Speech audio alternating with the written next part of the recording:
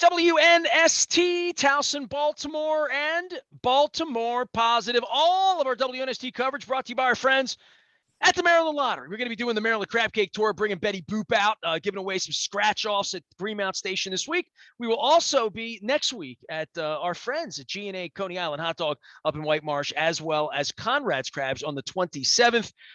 Baseball has sprung again, and this is where serendipity kicks in, because I didn't even look at the Orioles schedule until after I booked this guy on. We actually bumped this thing once or twice, but the Orioles are playing in Oakland. So if you're up looking for the Orioles in the middle of the night next week, you will find them taking on the Oakland Athletics, perhaps soon to be elsewhere, like all the other Oakland franchises. This guy wrote a great piece for The Ringer. I saw it about a week and a half ago. I am going to Oakland to see Pearl Jam in a couple of weeks in an arena where I once saw Page and Plant, an arena where I used to see the Golden State Warriors play, in a parking lot where I once saw Rich Gannon taken down by Tony Saragusa. And I actually cried in the aisleway there with Mike Flynn's mother when we went to the Super Bowl. A story about Oakland, maybe keeping its baseball team, maybe losing its baseball team, certainly not losing its charm, Oaksterdam. Dan Moore joins us now from Oakland, California, where my cousin lives over there, Hayward. I once lectured the Raiders with Jack Del Rio. I got so many Oakland memories, dude. But I start to do the math on this, and I'm like, hell, last time I was there, they had 3 teams. I'm coming back. They got 1. How are you? I know a difficult piece to write when your civic pride is being injured here and you're losing your franchises. So I want to give you some equal time out there, Dan. Oh, I appreciate it. Hi, Nestor. Thanks for having me. I'm doing well, man. Hard to complain. That's a Green Day poster behind you. I see that. That's right. Big Green Day fan. All right. Well, that's East Bay. You got it going on, right? Oh, yeah. I saw them play semi-recently in the Oakland Coliseum, where it sounds like you cried not too long ago. No, I cried at is the Coliseum, do you consider that indoor or outdoor? Because I know they're sort of interchangeable, right? Well, there's the Oakland Coliseum, and then there's the arena, Oracle Arena, which is right next to it. Okay, so the Coliseum defines stadium. So you saw Green Day in the stadium. I saw Green Day in the stadium, in the Coliseum itself. I feel like such a jerk because I was at the Super Bowl and I had been out drinking all day. I know you find that hard to believe on the Saturday before the Super Bowl. And Green Day was playing with Miley Cyrus at whatever crypto Staples thing they call that in LA. I was 6 blocks away and I've never seen Green Day. And I laid down to take a nap and I woke up at midnight. And there has your margarita story. So I still have yet to see Green Day, but I'm coming out for Pearl Jam, and I'm going to the arena to see Pearl Jam. They're playing 2 nights. I've been sitting on these tickets on my app for 2.5 years, so I'm excited about all that. The notion that the Raiders aren't there anymore, I guess between both of these franchises, there's been this. How long are they going to stay? How long are they going to play in the Dumpy Stadium? And I love your Dumpy Stadium, by the way. It smells like Memorial Stadium here in Baltimore did back in the 70s when I was a kid. It kind of feels like Memorial Stadium when you're in the alcoves. So I love your crappy baseball dump, but every time I've ever seen an event there, whether it was the Raiders at the end with Derek Carr, or whether it's been probably 10 years since I've seen a baseball game there. But every time I come, I think, how long can this last? How long will they continue to do this? The Raiders kind of answered. I wondered, how long are the Raiders going to play on infield dirt, before this changes? You've been there, and now there's a real question as to whether Oakland's going to lose all 3 of its franchises. The way Baltimore at one point lost the Bullets, lost the Colts, the Orioles we've had to fight to hold on to. My heart breaks for St. Louis, Oakland, these cities that lose franchises. Yeah, no, totally. It's definitely something that's top of mind out here. A lot of people are worried about it. As a fan myself, it feels, the idea of losing the A's, in addition to having lost the Warriors and the Raiders, feels tragic, But it's not a foregone conclusion yet. I think there's still much to be decided. And that was, one thing I wanted to, make clear in the piece was, there's a lot of moving pieces to this, and nothing has yet been decided. There's still a chance that we keep them. There's still a chance that the A's stick around. Well, baseball never leaves, right? I mean, that's part of the gig. I mean, I still have my old San Diego Padre Washington National cards from 1974. It only took them 40 years to get there, and now look at them. But Right. I remember the Oakland A's were moving to Denver at one point with Charlie Finley back in the day. Hell, from the minute he got them there, he was trying to put them in pajamas and move them. I will full admission, the Oakland A's were the first team I ever hated because I was a 1973 Baltimore Orioles fan and a 1974 Baltimore Orioles fan. So even though my high school colors were Kelly green and gold, and I looked a little bit like Catfish Hunter, but never Raleigh Fingers, the A's to me have been this sort of second child of the Bay Area forever.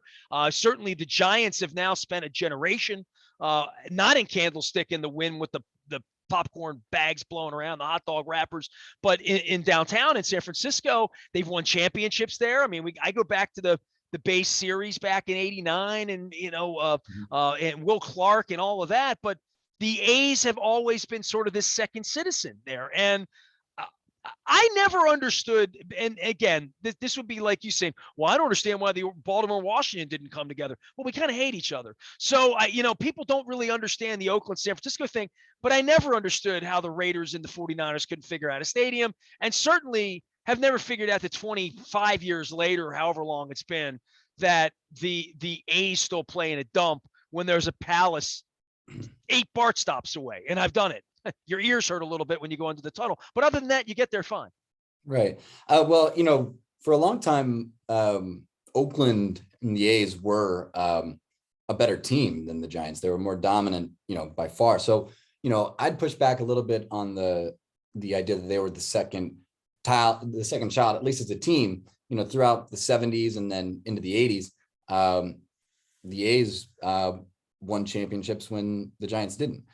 Obviously, that's changed of late. But you're certainly right that here in Oakland, there is there's the sense that like San Francisco is this more privileged older brother, right? And that the city sort of lives in its shadow, or at least there's a conception that that's true.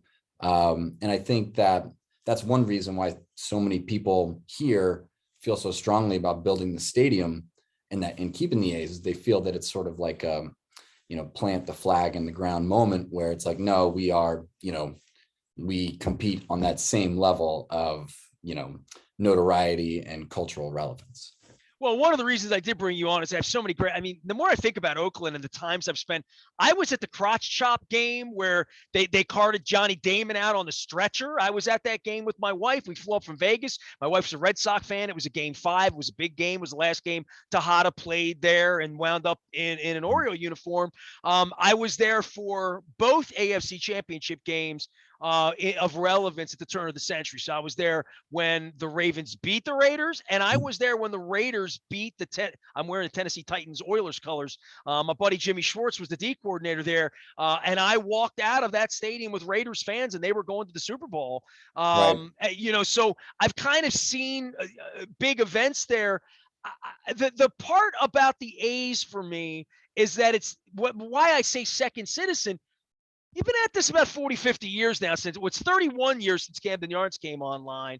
The fact that it's still dangling and the fact that it hasn't been solved and the fact that Southern California managed to steal 2 football teams and one of them wasn't even yours. And the fact that the baseball teams don't move. So I feel like even here in Baltimore, where we have our own problems and the state just committed $1.2 billion to both of the stadia here in Baltimore, very quietly and very quickly, by the way. It's a lot of money. That's more than both the stadiums here cost originally by a lot. I know it's been 30 years, but California thinks about this differently and has gone about it differently and is cared differently. The city of San Diego cared differently about the Chargers than they did the Padres, and there was all sorts of political wrangling about Petco Park. Right. What will save the A's? Your story in the Ringer was fantastic about emotions and about Warriors parades, and I've been on and off that BART a million times. What's going to save them? Because I always feel like nothing. I'm not shocked the Raiders left. I would be shocked if something saves the A's because I've seen all these beautiful plans around lakes and beautiful things around that people could come to that would be your little San Francisco Giants park on your side of the place and say, we've got our own thing, but who's going to pay for it? Yeah. What would save the A's in this instance is, for lack of a better term, probably just compromise. I think that Oakland needs the A's team owners, John Fisher and Dave Kaval, to display a bit more genuine commitment to the place. It's funny, their marketing slogan for the last 8 or so years has been rooted in Oakland. It's time that they prove that a little bit. And I think what a lot of people here would want to see is, in addition to paying for much of the construction of this new ballpark privately, which John Fisher is committed to doing, investing more in Oakland in the way of affordable housing, in the way of community benefits, things like that. Social causes are just different where you live than they are here. You know what I mean? They really, like, if you tied to that and really did something with that, as opposed to what Atlanta did, which is pull the stadium out of the city, put it out on the Beltway for white people, build the housing around it, and then win a World Series and open your books and sort of laugh to the bank about it. That's a model. That model is working in Atlanta. I don't know if it's really working for Atlanta.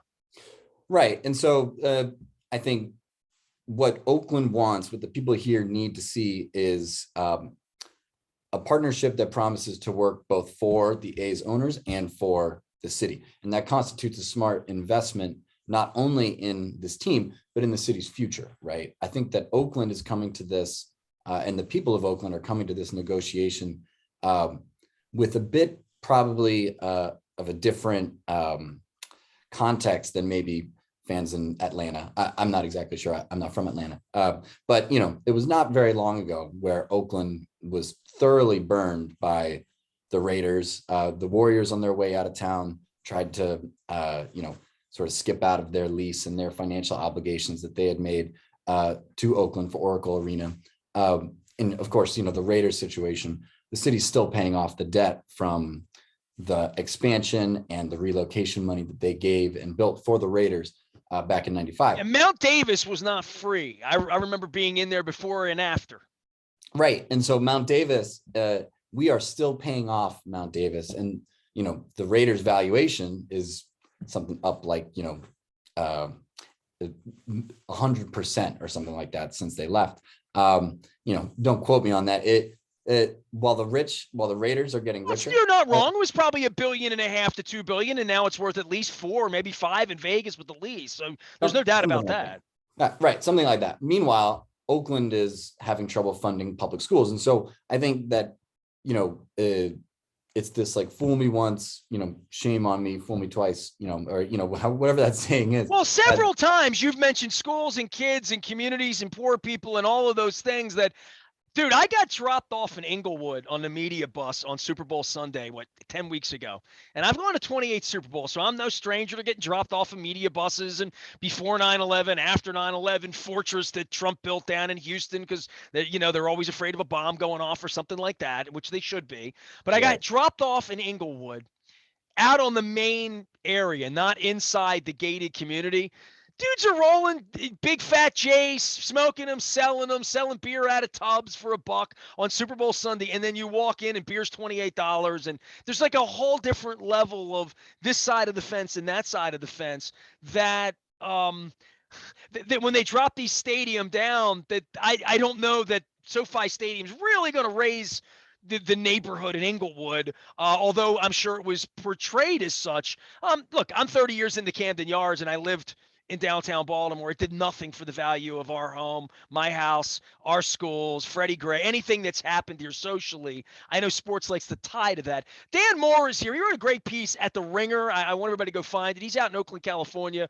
Little bit of bleeding heart in you from the fans' perspective of we had parades in 3 teams here 5 minutes ago, and now we have 1 team dangling, and we're not even sure if they're going to hang out. And you referenced Cleveland and moving the Browns, and obviously I'm a broken 15-year-old child of having lost the Colts. I lost the Bullets when I was 6 years old when the Capitol Center opened. My dad hated Abe Pollin his whole life because the Bullets left Baltimore. So these feelings and society and fathers and sons and coming to games, I guess my thought for you on the A's would be, and this is flippant about them, but Billy Beanes created this Moneyball and all.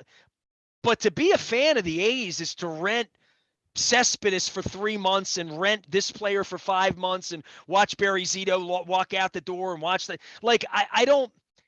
The Orioles have at least that history that the A's have of the 70s and famous players and Hall of Fame players and all of that.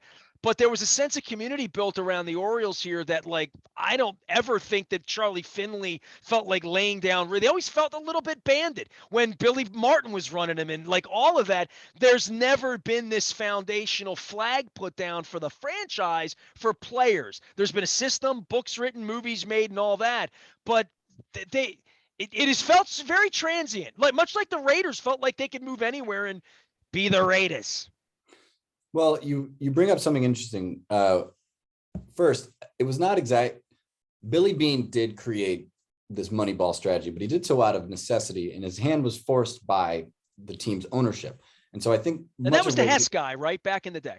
Well, I believe Lou Wolf was the owner during the Moneyball years. I could be wrong on that, but I think what you're getting at and what you describe is there's a truism, which is team owners dictate, I think, more than any other factor, whether a team benefits a community or a place, whether it invests in its players, whether it, is a truly symbiotic partner to a people and to a place.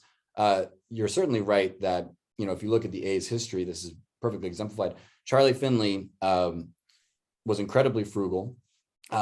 He, kind of set that stage. His lack of investment really in the team, especially as soon as free agency became a thing.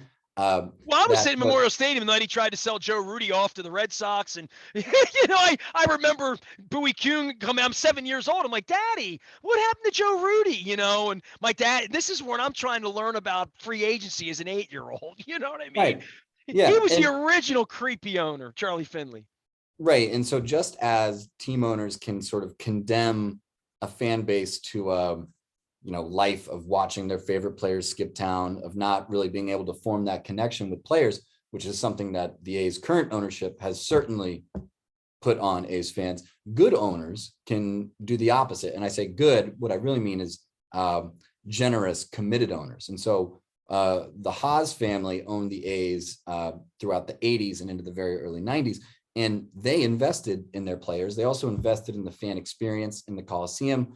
They had improvements done to the Coliseum. They actually marketed the team. They invested more money in it. And the result was the A's dynasty of, the late 80s that had the best. Well, that and some steroids, and I'll bash you right here. But everybody was doing it, Dan, Point right? taken. Everybody was doing it. Point taken. I think that this is the long-winded way of saying that the A's current woes and what it's like being an A's fan now, which you're right, is full of hardship. It's full of heartbreak. That is not Billy Beane's fault.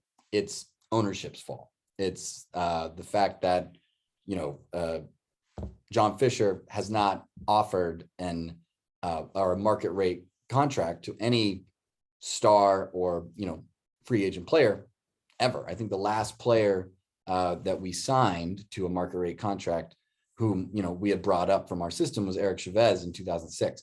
When I think of the A's, I think of Eric Chavez.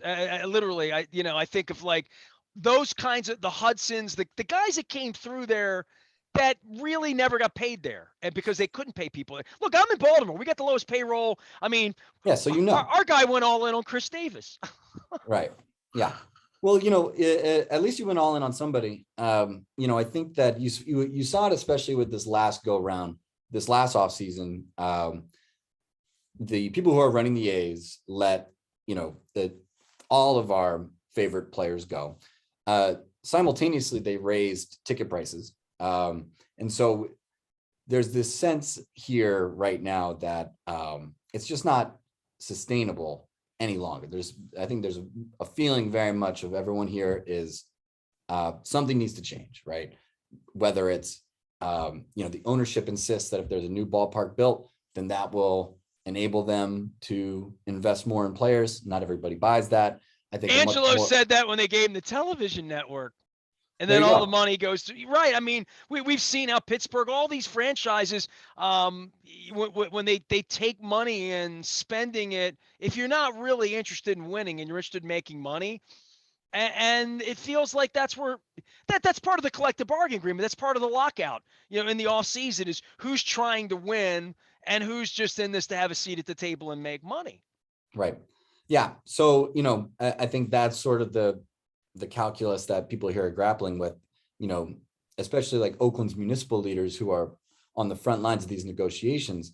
What they're kind of saying is, okay, if we,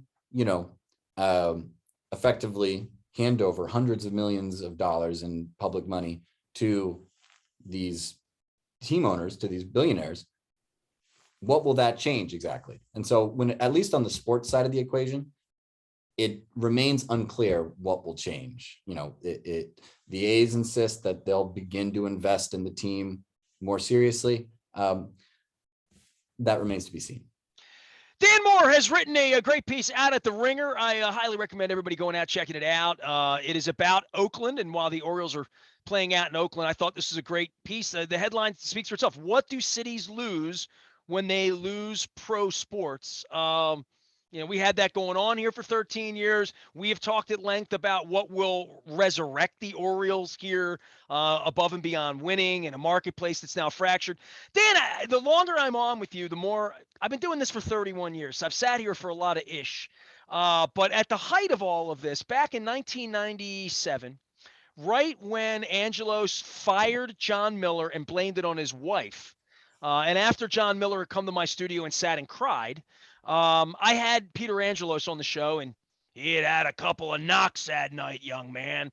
And he sat and told me, now, settle down. We don't believe Washington should have a team, because if Washington has a team, it's going to be the same problem they have out in the Bay Area where they have two losers. Now, of course, this was when, he had a stadium and nobody else did. This is before San Francisco got their stadium, before Oakland got their stadium. And I remember because I've played this tape. Those two franchises cancel each other out. Whatever the hell that means. He's eating pudding right now, and his kid's running the team and issuing press releases after they can't sell out opening day.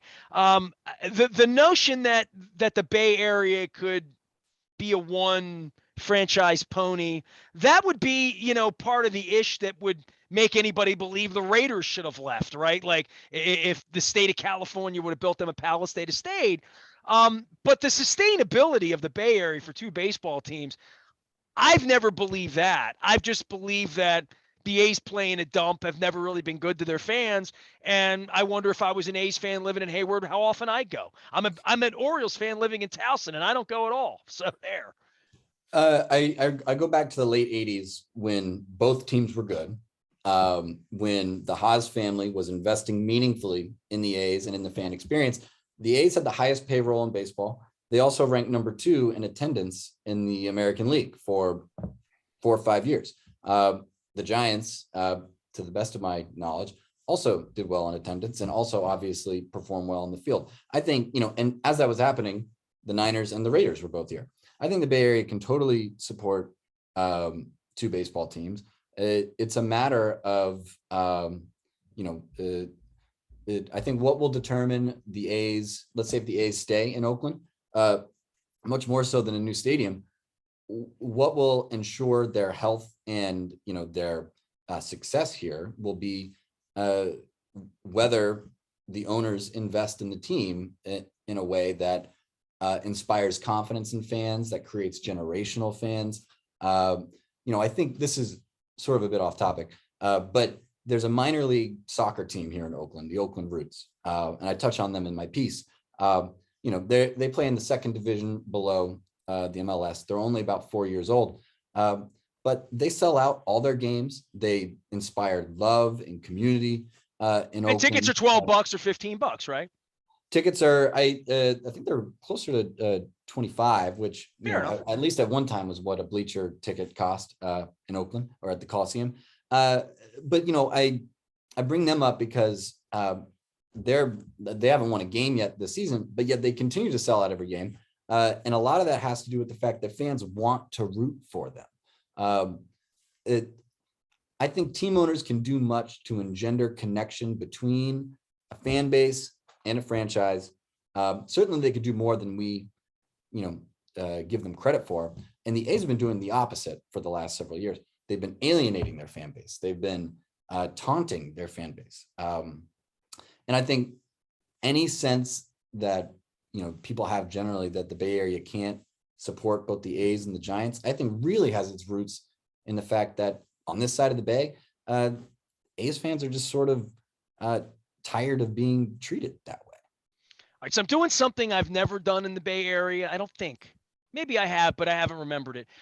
I'm sleeping in Oakland on the trip when I'm coming in. I've never done that. Staying downtown right by the BART stop. I will wind up in San Francisco eating dim sum at Yang Sing because it's one of my favorite places on earth. I will wind up bellied up to the bar at Tommy's Mexican Restaurant on Geary in the Richmond district because Julio's like a blood brother of mine and I got to go there and eat. But I need an Oakland place to eat. I need like the best. I'm going to eat one meal in Oakland. I'm taking my friend Jenny Jablonski because she's a Pearl Jam fan. Where am I going in Oakland if I'm staying downtown before the Pearl Jam show on Friday night? Where am I going? Man, I'm horrible with. You don't eat food. I stay inside and I read and I write. Man, I might have to get back to you on that. All right, I'm just looking for a good Oakland tip from an Oakland guy. That's all. There's a new restaurant that I checked out recently in the old Tribune building. The Tribune building is I'm an old newspaper writer. I sent failed resumes to the Oakland Tribune all through the 80s. I'd love to go there. It'd be iconic for me. They got good drinks, good burgers. Had that recently, would totally recommend that. A couple of that, there's tons of good spaces to get drinks around there. And if you got time during the day, take a lap around Lake Merritt. It's one of the most beautiful places in the whole Bay Area. Never been there. Never been the city. So if you don't send me to a restaurant, that's cool. If you're sending me to Lake Merritt telling me I need to see that, nobody's ever told me I need to see that. Take a lap around Lake Merritt. I think it's one of the most beautiful places in the whole Bay Area. But, interested to hear your thoughts after you check it out. I will. All right. Well, thank you. I appreciate the kindness of your time. We're sending everybody out to the Ringer to read a great piece. What do cities lose when they lose pro sports? Told from an Oakland guy, not a Baltimore guy. Dan Moore, you can find him out at the Ringer. And good luck to your A's. The Orioles are out there. I will yell to you what we once yelled to the Chicago Bears fans back in 1999 when it was 5 degrees at Soldier Field. We suck less, but really you suck less. We suck more. We're the Orioles. Right. Well, I appreciate your time, Nestor. Thanks for having me on. One day we'll ring that victory bell, and it'll be just like Catfish Hunter and Jim Palmer was in '73. Dan Moore out in the land of Oakland, where I'm taking in Pearl Jam, not once, but twice. Finally, Eddie, get us there. Come on, Eddie Vetterstone Gossard. Let's do this thing. I am Nestor. We are WNST AM 1570, Towson, Baltimore, and we never stop talking Baltimore positive.